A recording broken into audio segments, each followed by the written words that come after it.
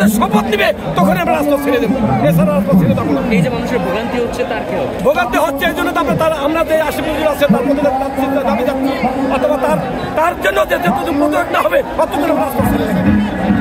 যতদিন মোহর বিশ্বাস পাই, যতদিন মোহর ইসলাম না বসবে কোর্ট থেকে তো রায় দিয়েছে, কোর্ট থেকে রায় দিয়েছে, তারপরে তাকে এটা কোর্টের রায়কে অপমান করতেছে। তারা কোর্টের রায় দিচ্ছে, কোর্টের রায়কে অপমান করতেছে। কারা কারা করছে? এটা বর্তমান সরকার যারা আছেন তারাই করতেছে। তাহলে আপনাদের আন্দোলন কতদিন পর্যন্ত থাকবে? আন্দোলন চালিয়ে যাবো যতদিন তার মতো শপথ না হবে, এতদিন আন্দোলন চলবে, চালিয়ে যাবো। আমরা একদিন দুদিন এক সপ্তাহ বুঝি না, যতদিন শপথ না নিবে এতদিন রাজপথে থাকবো ইনশাল্লাহ।